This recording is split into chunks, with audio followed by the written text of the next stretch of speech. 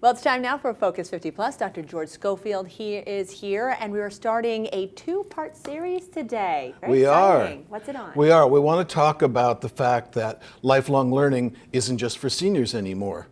It's particularly important, and it's come up because I had a client who's 45 who her company was sold that she was working for, and she was simultaneously going through a divorce and going to have custody of her kids. And what we discovered when we were doing the career work was she didn't actually know how to do anything anymore that was marketable. And there she was at 45. Wow.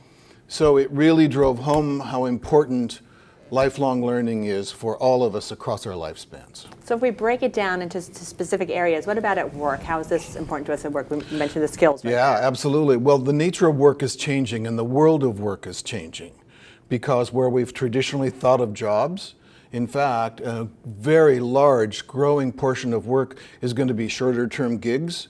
So you can be on a website, go on a website and advertise your skills and work for somebody for a month or 6 months. But there's now a new hot website that is advertising 2 days worth of work.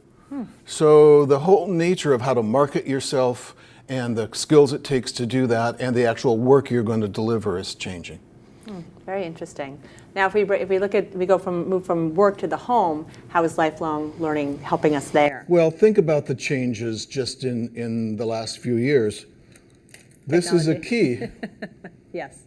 I walk up to my car, and it knows I'm there, and it unlocks itself. Yeah. There's nothing to put in. Well, if you multiply that by the number of things at home, frozen foods, fresh foods, how we cook, how we eat, it's a very rapidly changing environment for us at home, not to mention the fact that I used to be able to unlock my front door and go in the door. Now I have to know numbers and codes and know how to turn lights on and off with my laptop. So lifelong learning is really going to be a part of it for all of us at all ages. So very important, but there must be steps we can do every day to sort of make this something that we continually do and focus on. Absolutely. So the major thing is to pay attention. One, pay attention.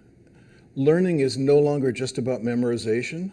Learning is about really understanding how it's drifting and how it's moving in our lives, so that we'll have to really understand what's really going on underneath just I know to walk up to my car. So one is really paying attention. The second one is get out of your comfort zone and take some classes around technology, take some classes around a whole variety of things that will show you what's going it's going on beyond your little world, if you will. And the third thing is hang out with other curious people. Yeah, That's important. very, very important, because lifelong learning is interactive, and sometimes I can learn from you because you learned something and you're going to mention it to me. I don't have to do it all by myself. Wonderful, wonderful stuff once again. Of course, this is just part one of two. Right. Part two next week, so we're looking forward to that. Yes. And we'll be right back.